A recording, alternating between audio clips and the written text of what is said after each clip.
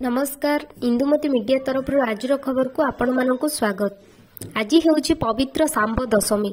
संतान मानक सुख समृद्धि पाई सूर्य देवों को पूजा करा जाए। प्रधानमंत्री नरेंद्र मोदी गतकाली महाराष्ट्र सोलापुर प्राय 2000 कोटी टंका व्ययर 8टी अमृत प्रकल्प कले शिलान्यास। बदलिला अयोध्या, आहुरी चमत्कार हेब सहरर आध्यात्मिक यात्रा। गतकाली प्रधानमंत्री अयोध्या नूतन अमृत भारत ट्रेन एवं वंदे भारत ट्रेन को पताका देखाई कले शुभारंभ। एणिकी राति बुली हेब चंदका अभयारण्य। भरतपुर सफारी रे आरंभ हेब नाइट नक्चल ट्रेन। जानुआरी 29 तारिख आरंभ हेब एही कार्यक्रम। कनिष्ठ शिक्षक नियुक्ति अनियमितता मामला हाइकोर्ट को बड़ निष्पत्ति। अनियमितता नियुक्ति मामला उपरे अंकुश लगाइले हाइकोर्ट।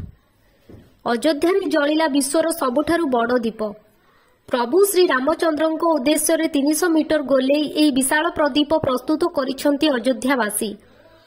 विश्वर बृहत्तम दीप जलाइबा पई 10,000 लिटर तेल व्यवहार करा जाइछि बोली सूचना मिलिछि। बदलिला 44टी महानगर निगम। एनएससी और म्युनिसिपालिटी रे अतिरिक्त सहकारी कमिशनर और अधिकारी। निज सोशल मीडिया अकाउंट रे 62 रु अधिक श्री रामଙ୍କ भजन तालिका शेयर कले प्रधानमंत्री मोदी। गणतंत्र दिवस समारोह रे विशिष्ट अतिथि हेबे सारा देशर पंचायत प्रतिनिधि। राष्ट्र गौरव सह जोड़िबा लक्ष्य। अयोध्या को लगी रहिथिबा सराय राशि ग्रामवासी रे सूर्यवंशी ठाकुर माने 500 वर्ष पर पुणी थरे पिंधिले पगड़ी। राम मंदिर पाई नेइथिले शपथ। सुप्रीम कोर्ट रचिला इतिहास। गोटे दिन रे 11 जन महिला वकिलों को मिलिला वरिष्ठ आईनजीवी मान्यता। राम मंदिर उद्घाटन उत्सव अवसर में जानुआरी 22 रे समस्त कार्यालय छुट्टी घोषणा कला रिलायंस इंडस्ट्रीज।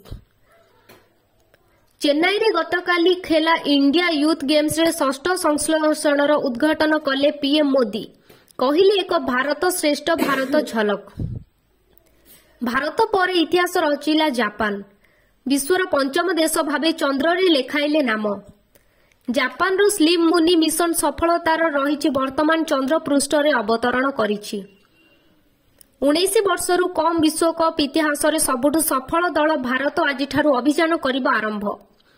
एहीपरि नुआ नुआ वीडियो देखिबा पई एही चैनल को सब्सक्राइब करंतु।